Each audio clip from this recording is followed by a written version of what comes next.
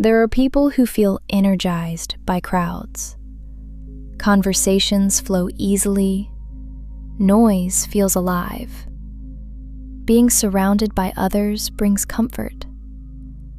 And then there are those who feel something entirely different. People who can stand in the middle of a busy street, surrounded by voices and movement, and feel strangely unsafe. Not physically, but emotionally. As if the world moves too fast, speaks too loudly, expects something they never learned how to give.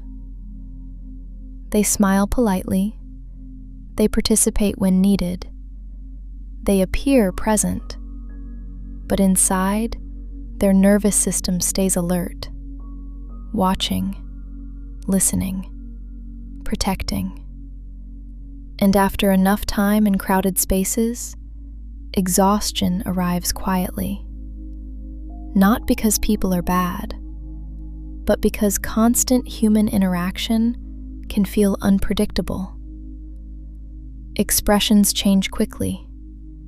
Words carry hidden meanings.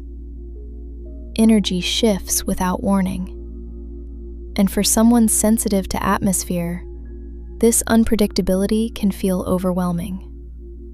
I remember noticing how different I felt when I stepped into nature. The moment the noise faded, something inside me softened. Trees didn't expect conversation. Animals didn't judge silence. The wind didn't require performance. Nothing asked me to explain who I was. And for the first time that day, my body relaxed without effort. It confused me at first. Why did I feel calmer among animals than among people? Why did quiet forests feel safer than crowded rooms? The world often gives one answer. You're too introverted. You need to socialize more. You should try harder to fit in. Slowly, you begin wondering if something is wrong with you. If comfort in solitude means failure. If needing quiet means weakness. If feeling different means being broken. But what if the feeling isn't a flaw? Some people experience connection through stimulation.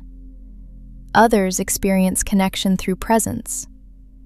Nature offers a kind of honesty that human environments sometimes lack. A bird does not pretend. An animal does not hide intention. A landscape does not judge emotion. Everything exists exactly as it is.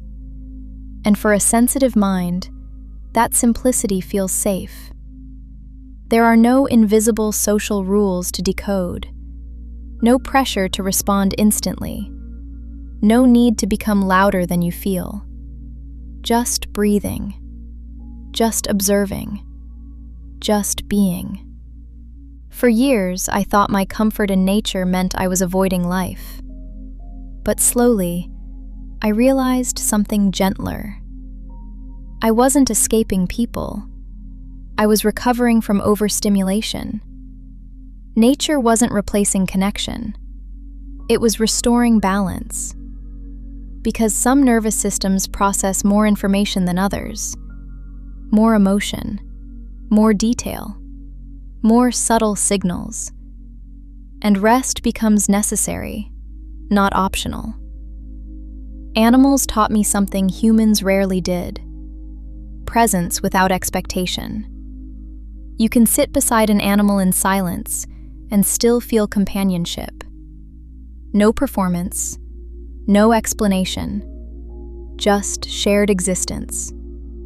And maybe that kind of connection is not smaller than human connection, just quieter. The world often celebrates extroversion, loud confidence, constant interaction, endless visibility. But quiet people experience happiness differently.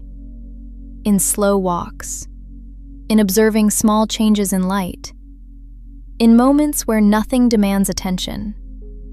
Happiness, for them, is not intensity. It is peace. What if feeling safer in nature doesn't mean you reject humanity?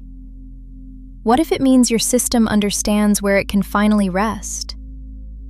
What if silence is not loneliness, but regulation? And what if the discomfort you feel in crowds is not social failure, but sensitivity asking for gentleness? Maybe nothing is wrong with you because you prefer forests over parties.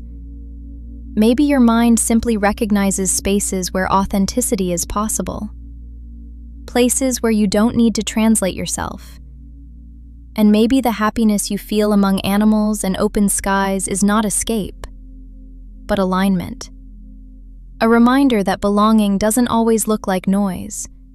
Sometimes it looks like stillness. Sometimes it sounds like wind through trees. And sometimes, feeling at peace alone in nature is proof that your connection to life is already deep, just expressed differently. I wonder, when do you feel most like yourself? Among people? Or somewhere quiet where nothing expects you to perform?